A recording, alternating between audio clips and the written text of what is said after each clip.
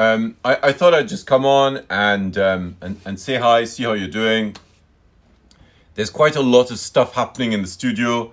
Those of you who are members of the PAScribe calligraphy classes group on Facebook, I sent a message out to say that there is quite a lot happening. Tim and I have sold our home, so we're moving, and we're also leaving London. So it means we're not just packing up the house, we have to pack up the studio. Wow. So there's a lot happening, and of course we have classes coming up and that kind of thing. So I thought I would just come on and see how you're doing and have a little chat with you and do some demonstrations. I haven't done this for a little while.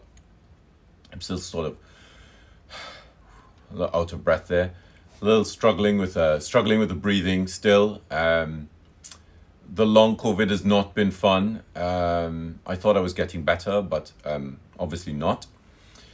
And I just I can't even get to 2 flights of stairs and not need to catch my breath again. So things are, I'm okay. It's just taking a while. So as you know, we have once we move and we're settled in the new place, we're going to rent somewhere until we find somewhere else, until we buy a home. So once we're settled, I will do a live and I'll have a chat with you and sort of tell you what's going on. Right now, I'm not really in a position to talk about what's happening and what the move is, and it's quite sort of upsetting because we loved our home, but things change. And all right, so we have some really fascinating classes coming up next month.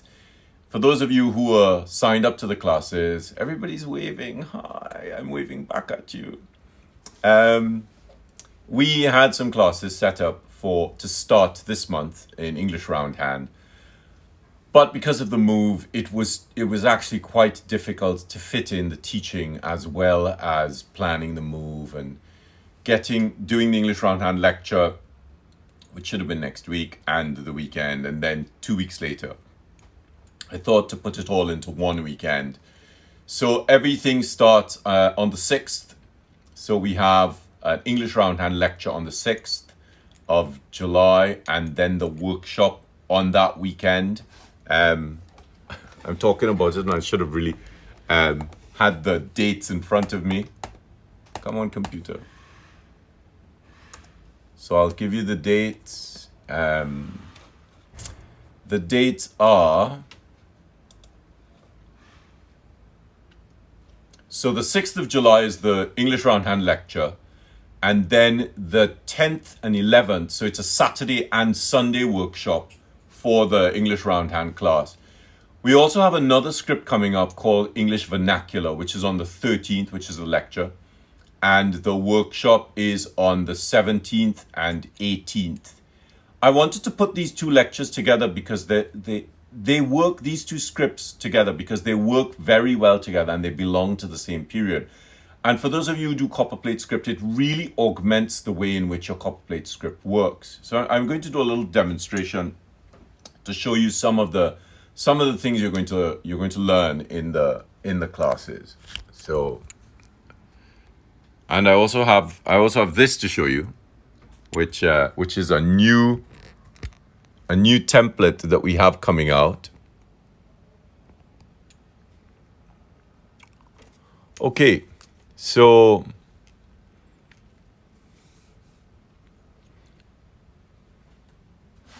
do we need more light? Well, we might need a little bit more light.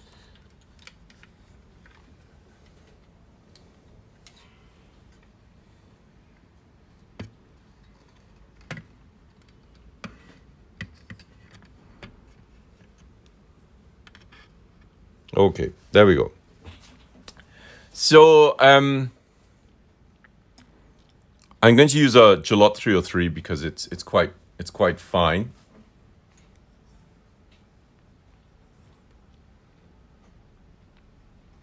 So here are some of the letters you're going to see. just trying to get this so that I don't have to keep changing the size of the... Here's some of the letters that you're going to learn in the English Roundhand class, actually. Maybe what I'll do is I'll just do this a little bit larger and stay.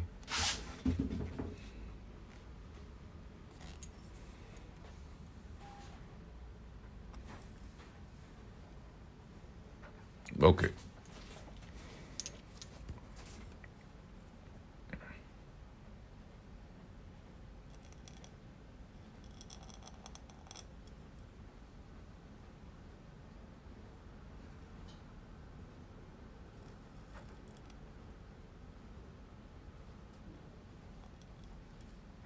That's your Z. I'm just clean this nib a little bit more.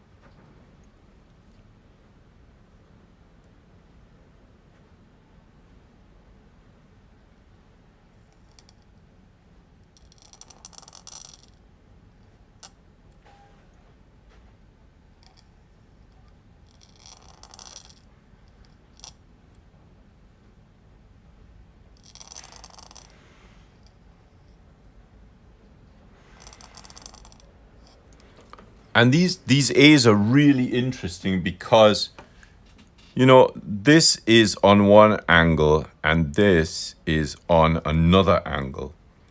So I'm not telling you what angles they're on because the angles vary quite a lot in different parts of the script.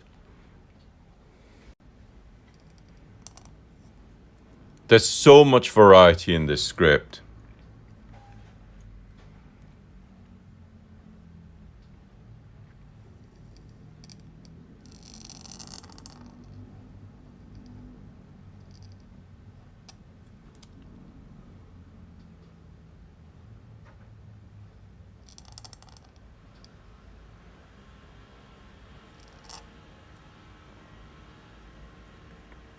I love these. The D's are amazing in this script.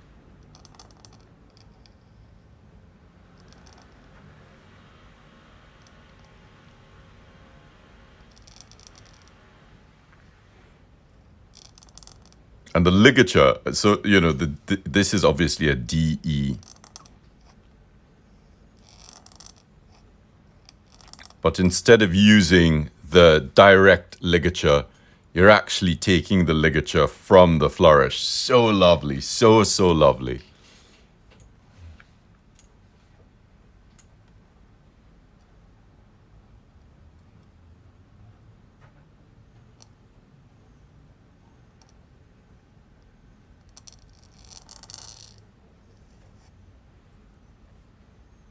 K would be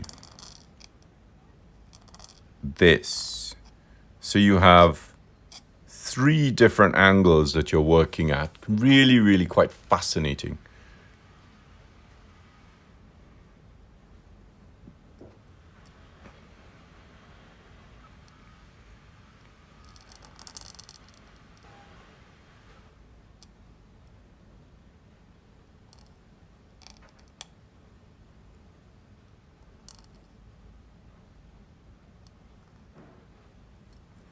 I hope you're sort of noticing the pace at which I'm writing. It's much slower, it's much more peaceful.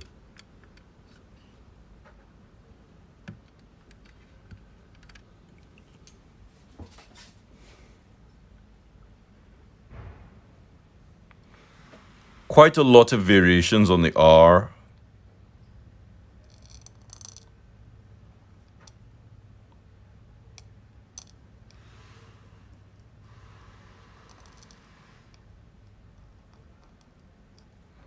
Really amazing how these two actually crossing the line of universal beauty or encompassing it is, really changes it.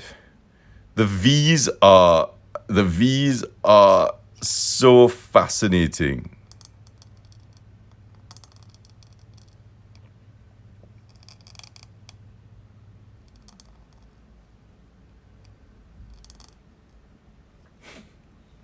Absolutely super V.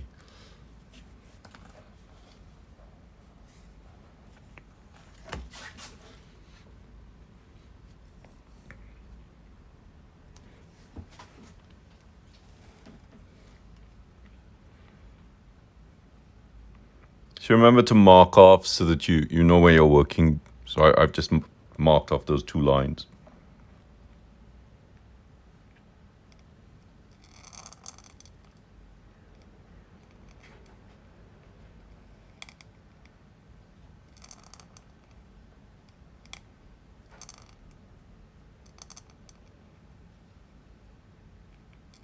And I love these ligatures where the ligature comes from the flourish.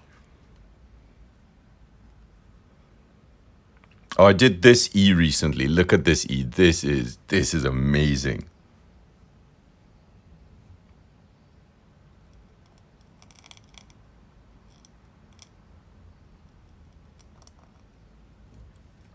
It's more like this though.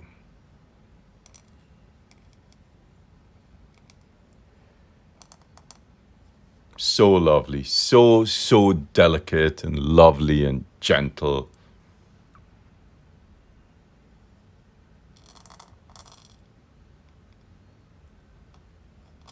So, lots of off the 55s.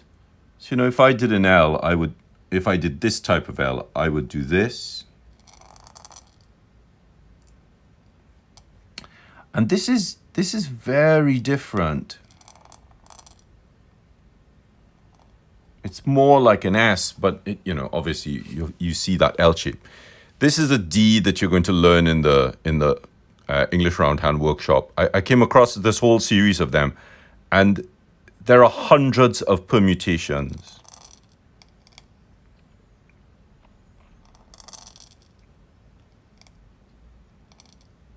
Isn't that special? Really, really quite amazing. And of course, from here, you can do so many different things. You can do this D.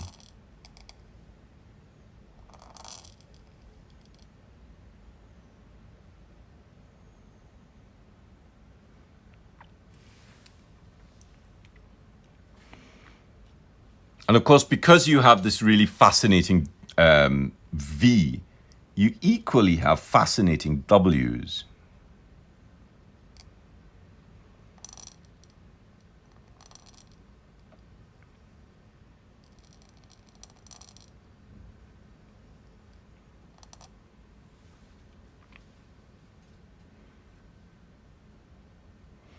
And so once you start wiggling the shape, you start to find wiggles in lots of other letters.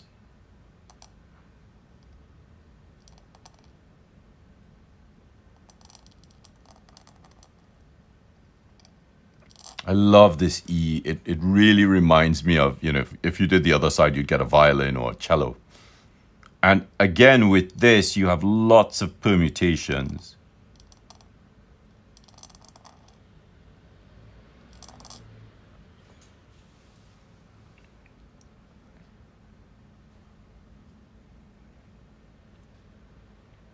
The G's I've found particularly interesting in the English Roundhand script because, for us, we see a G and we think this, but in this script, one of the more beautiful forms of the G is actually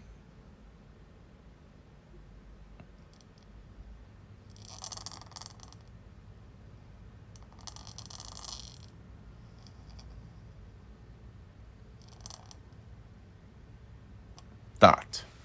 So it's sort of an augmented letter. And notice how mine stays within this parallelogram. and this has a very different shape here and something else here, sort of halfway across that line. So you're really starting to look at how the geometry can affect the structure of the script. I'm so excited to teach this workshop because, I've kept a lot of these letters to myself for a long time. And I just sort of felt it was time to start teaching some more historical context work. That's why the scripts we've been teaching have all been so strongly influenced by my historical research.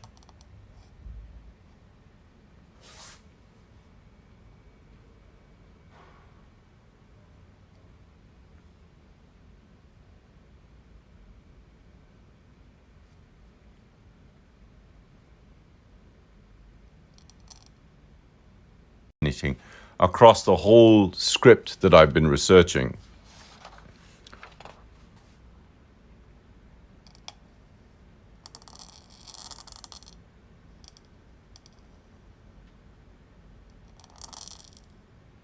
Not just the turn of the tool. So I'll do that again for you to see. The page up a little bit.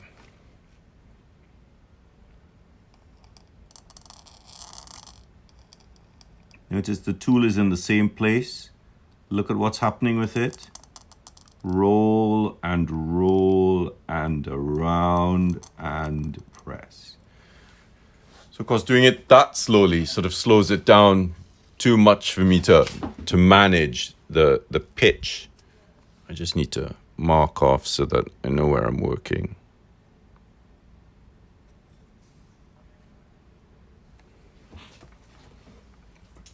And then there's some really crazy letters in this script. This M I found really amazing. I might actually need to start a little lower down.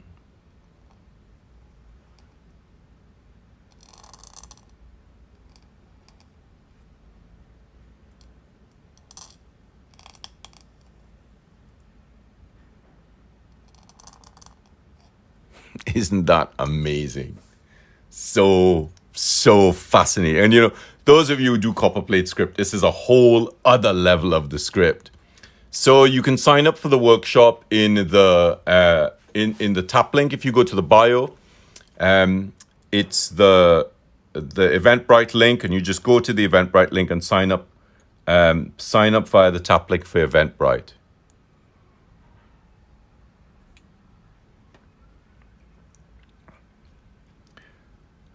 Right, what else? So even though we have this crazy V,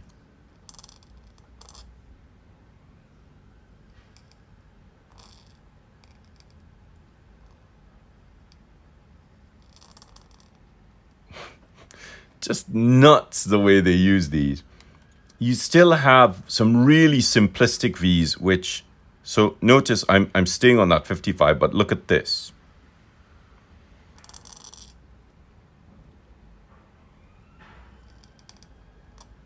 This is nowhere near that 55. And then there are other things to consider, like, are you...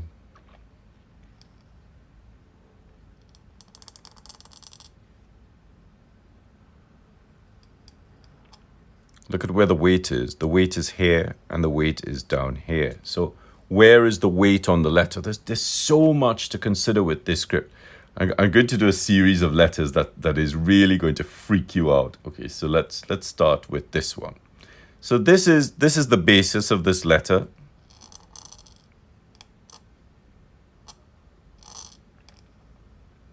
So obviously this is my P because it fits into my parallelogram.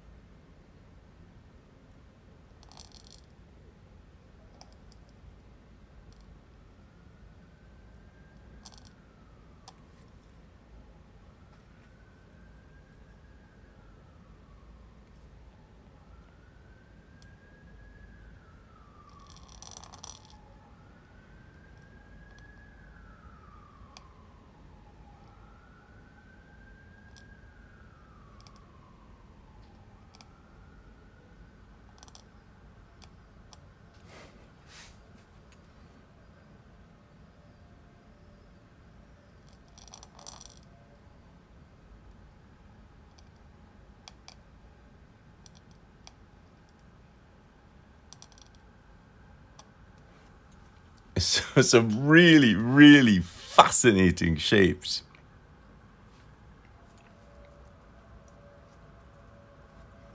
So we'll stick with the P's as we're working through them. There's tons of them on this page.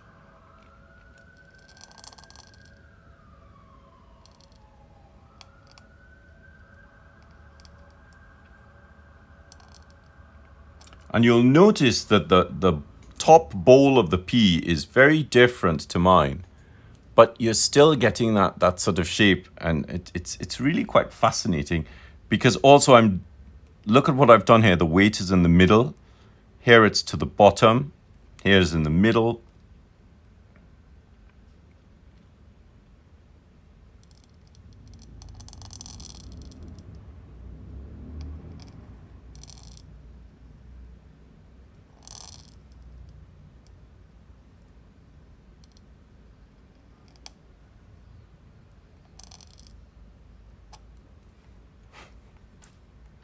Because that's one of the variations that is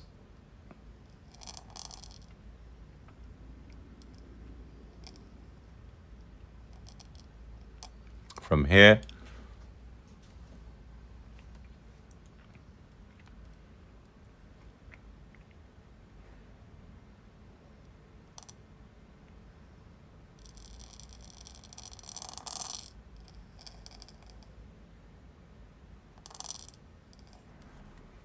So quite a few of the P variants, really beautiful, really quite amazing. And I'm going to go across to one more section.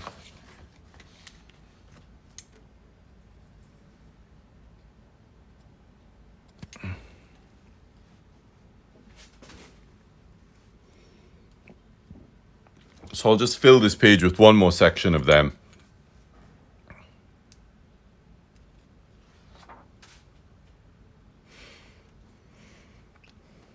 And we were talking about those crazy W's. Little bit of weight.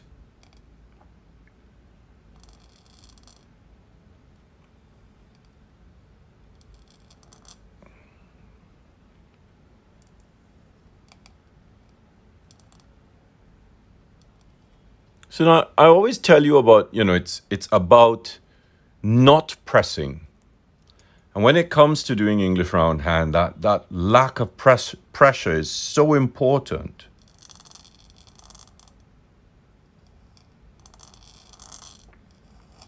Stunning, G. Absolutely stunning. So beautiful. We have some really crazy E's as well.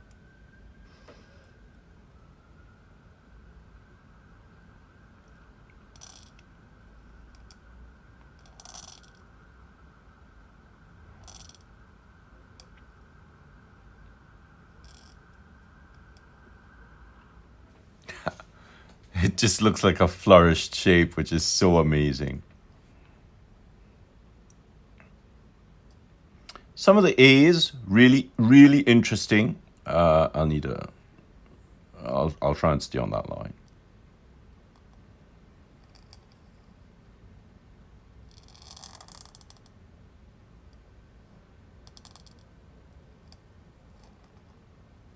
Really interesting double stroke cross. There's one of those D's.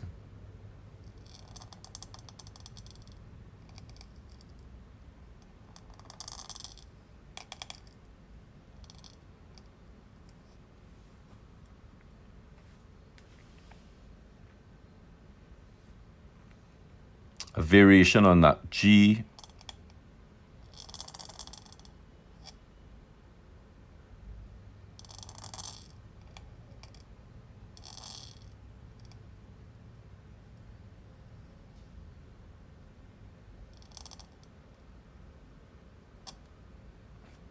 So there's a lot more sensuousness to it, a lot more delicacy to the writing.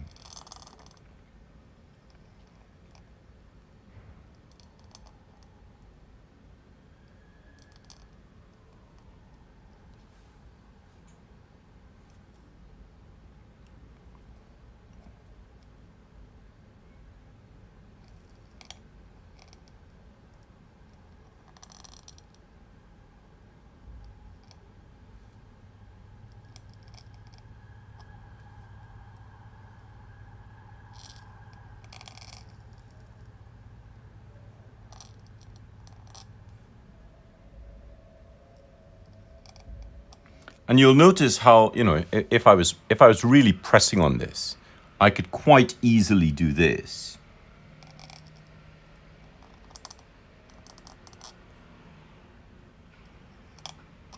But it just feels wrong. It's really clunky and messy, and you really want that delicacy of touch. It really shows a sense of control over the tool. So I want you to watch this. I'm really carefully.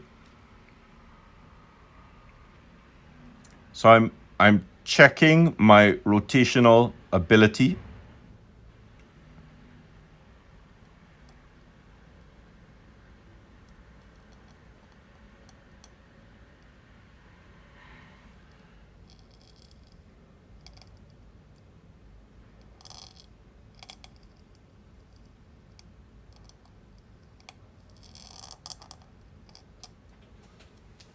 Might have been just off the camera there. Let's do that again.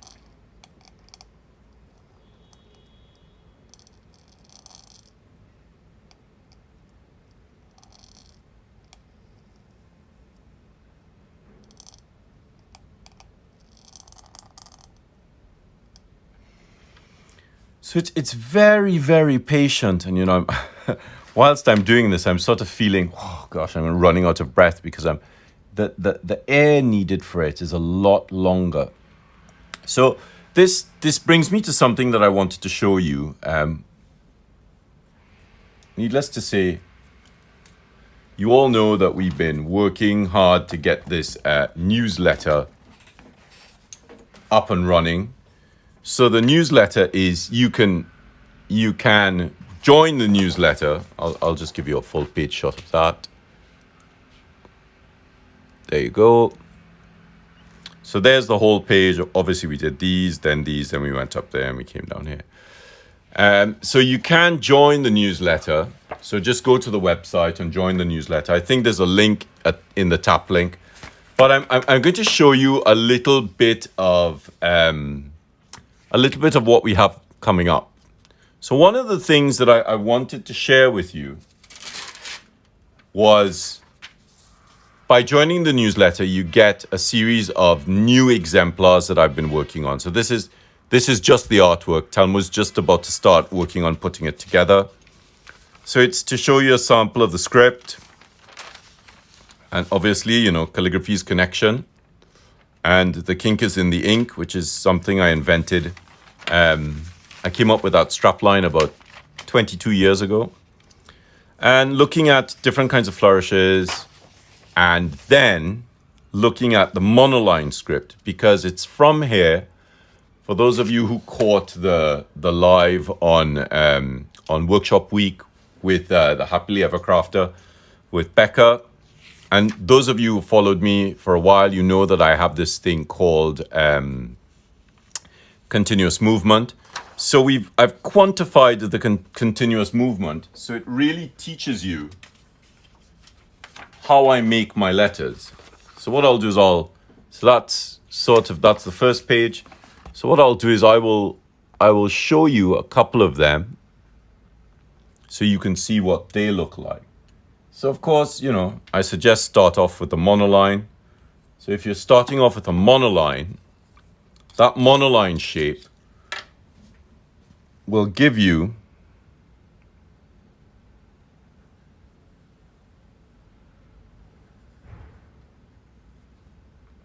that. So if you do it with a nib, what you get is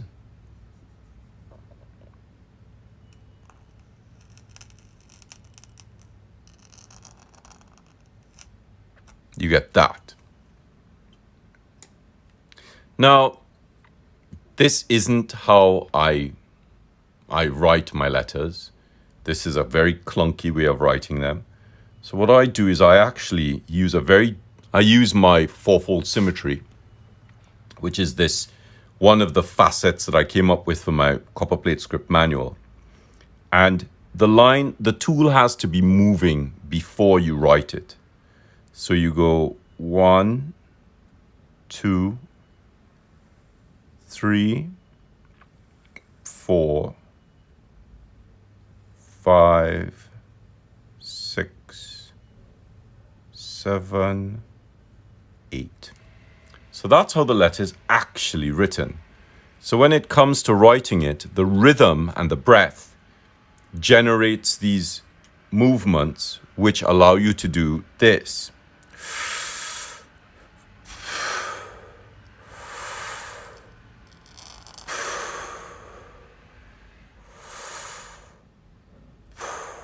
So the spacing of the letter is structured around the rhythm of the writing.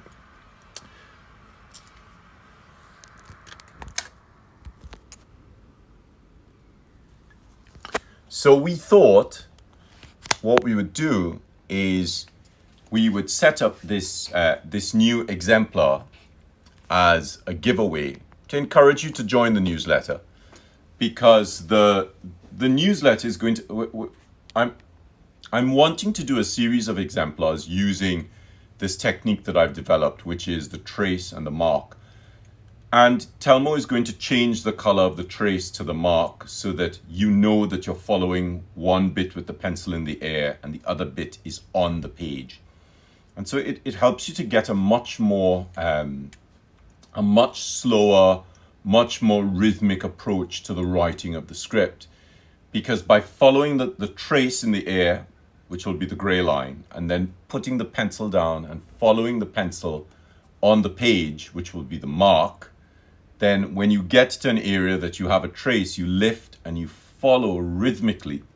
So we'll do some videos to teach you how to work with them, because after the Copperplate catch-up classes, so many of the students were so amazed at how much it changed their writing that I thought it would be good to share this aspect of it with you. Of course, if you decide to do more studies in Copperplate Script, we have tons of classes on Teachable, and you can really sort of benefit from what we have there. All right, let me go through the questions.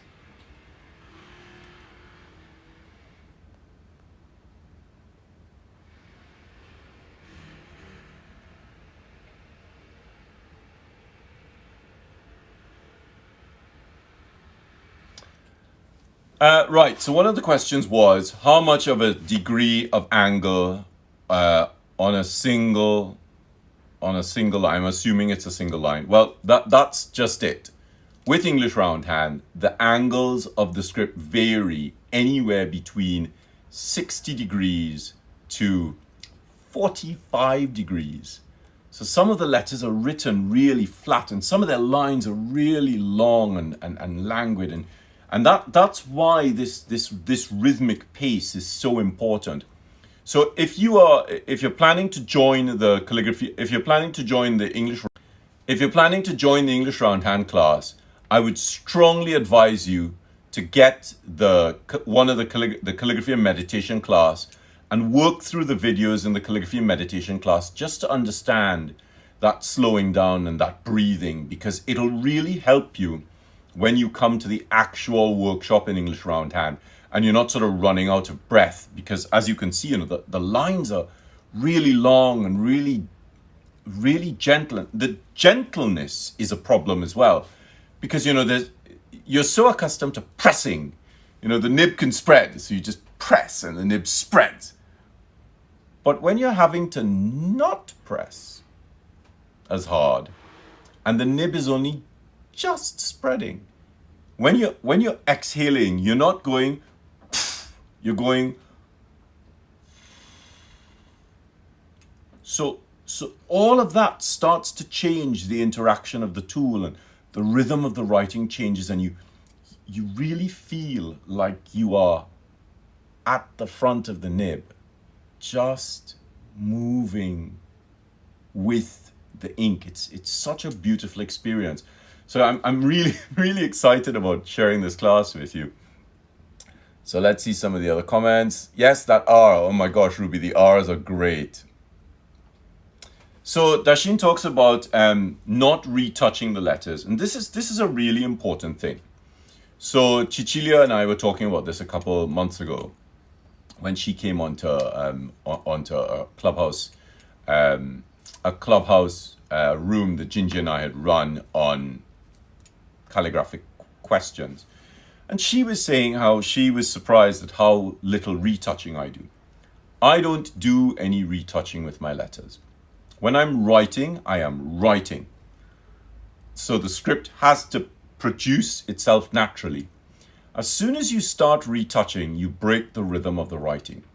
And once you start retouching, if you have a little retouch here, and oh, I'll just have a little retouch here, then you end up retouching an area that starts to get a little bit bigger.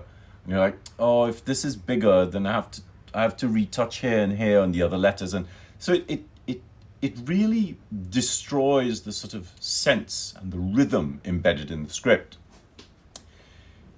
You don't have to retouch. All you have to do is take your time at the writing, and the tool will do the work. And once you're not retouching, you'll find the writing has a little bit more ease to it. Things like the tops and bottoms of an I. If you're squaring off the top of an I, you don't go back and fill that in. You go up, little line, press and release and out into a hairline. You don't go back and add a corner and fill that at the bottom of the ends. This has to be a natural working within the structure. It is a written structure. Retouching is a kind of additive construction. Now, if you're doing hand lettering, or you are doing a logotype, or you are drawing the letters, then obviously you can retouch them because the rhythm is very, very different there. The aim is to write beautifully and rhythmically and accurately.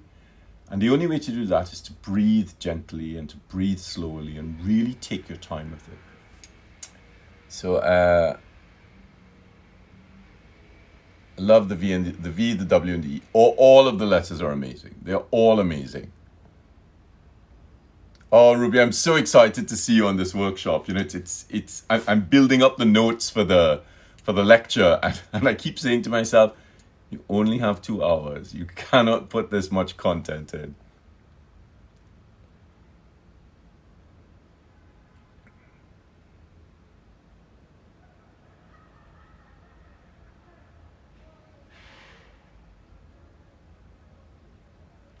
Now, going back to this retouching question, you can actually do some retouching on some pointed pen scripts. Things like engrossers and engravers, they have a natural tendency to retouching, because when you look at engravers, right, the thing that you have to remember about engravers is, hi Gingy, the thing that you have to remember about engravers is this. Engraver's script is based on the letter forms which were struck by an engraver into copper. And the way those letter forms were struck was the lines facing this direction were all struck in one go. And then you'd turn the plate and you'd strike the lines in the opposite direction. So when you look at an engraved plate, the direction of the striking is not something that you can do if you're writing unless you're actually forming both sides of the letter so that the tines are spreading but behaving like a burin in 2 different ways. When it comes to this kind of mimicry, you do have a lot of retouching on the hairline and the D. So, you know, if you have an ascender, you have a kink in the ink, you go up to a hairline, you come around and you make the downstroke. This on the loop is a ascender hairline. In engravers, it tends to have a little bit more weight on it. So they come back and they add that. That's a typical feature of what an engraver would do when he's striking the plate. So that changes how you approach the script.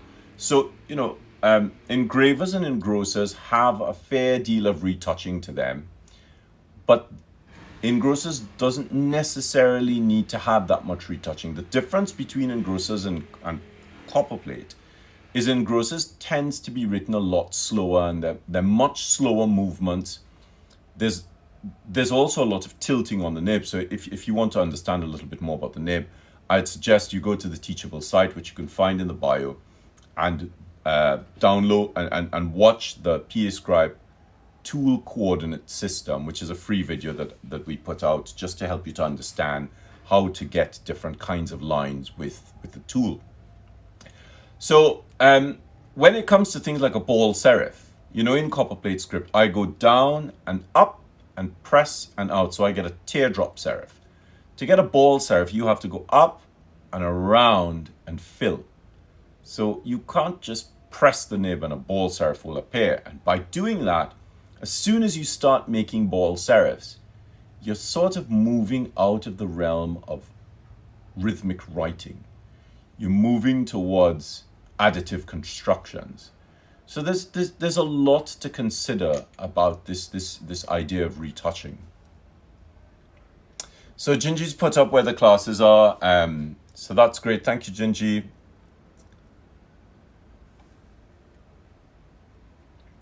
So PJ Castles asks, I'm seeing many flourishes. Is it possible that 2 centuries ago the flourishes were made to be part of a, I'm not sure what that word is, of a paragraph, of a paragraph. So if you could type that question again and just let me know what you're asking, that would be great. H is for hypnotize. So these are paid classes on Eventbrite. So you'll find the costs. The cost for the lectures are £5, and the cost for the workshops, the cost is £90 for both of, for the 2-day workshop, the cost is £90. So I didn't show you the English vernacular, which I really wanted to show you. So let me just grab this camera back and I'll show you the English vernacular. So English vernacular is a really interesting script because it works very well with Copperplate. So this is what English vernacular looks like.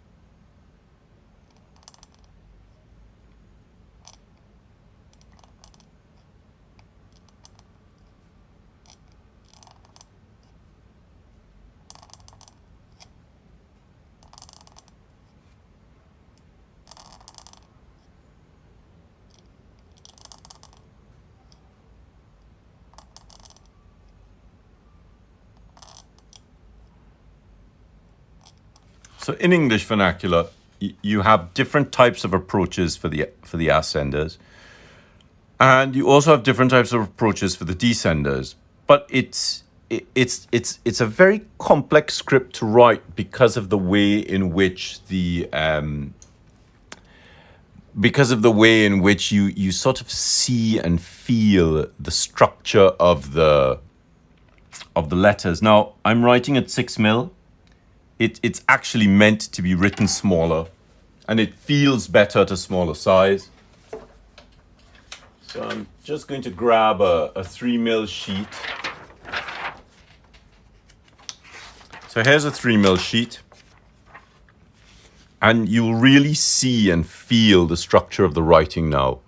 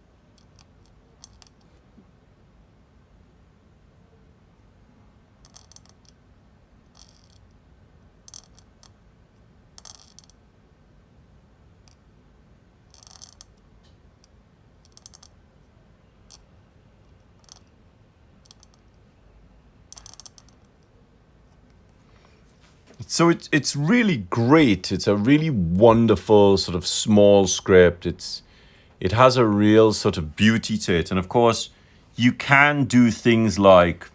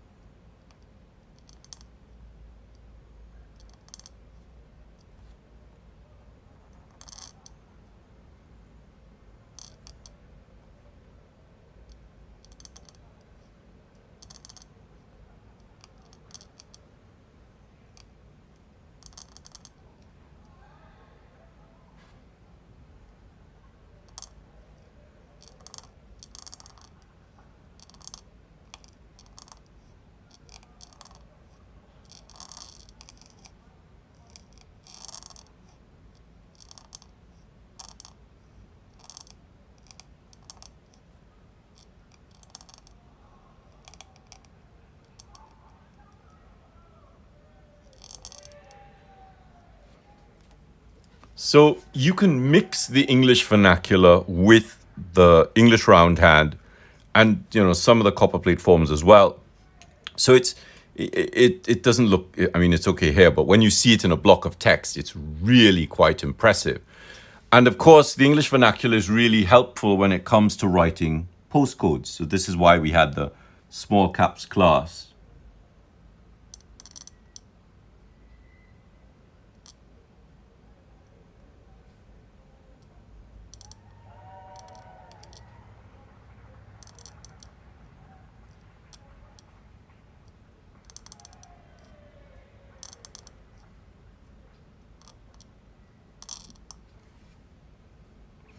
So, I developed my small caps so that it would work well with the English vernacular. Let me just take this out so you can see it a little bit better. So that's how it sort of works together. So, right, let's just see what else came up.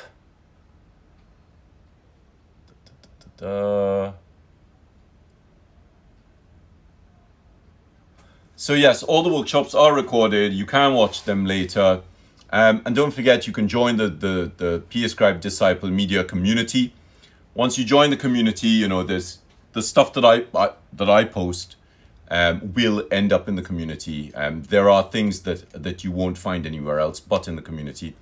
I'm just starting to scan a lot of the stuff that we've done during the classes. So the notes that I teach, the script that I write and the exemplars that I make during the class, those will only live in the Disciple Media community. So it's really worth your while to join the community.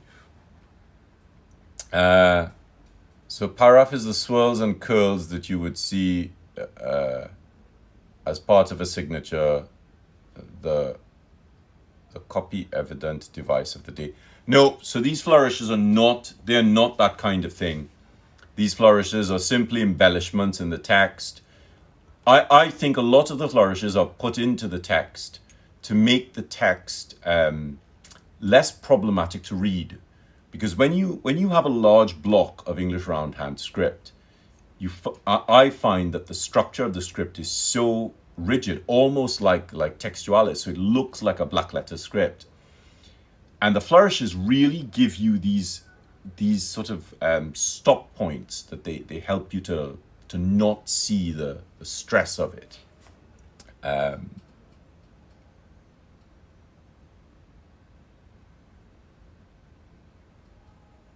Oh, hey Mojo, good to meet you. Glad you were able to join the class on workshop week. All right, so that's great. So thank you all very much for joining me. Thank you all for your time, and don't forget to sign up for the English Roundhand and the English Vernacular classes. If you want to learn anything, there's tons of stuff on the Teachable site. Please go to the Teachable site and make sure you sign up for the newsletter. As soon as this is ready, if you've already signed up for the newsletter, we will add this to your to the newsletter, so you get this to work with. It's also going to be available once the newsletter is up and running, and we'll have it living in the Disciple Media with the associated video, so you can go through the video and work through it properly. So thanks for your time, and have a great Friday. Have a super weekend, and I'll see you guys next week. Bye-bye.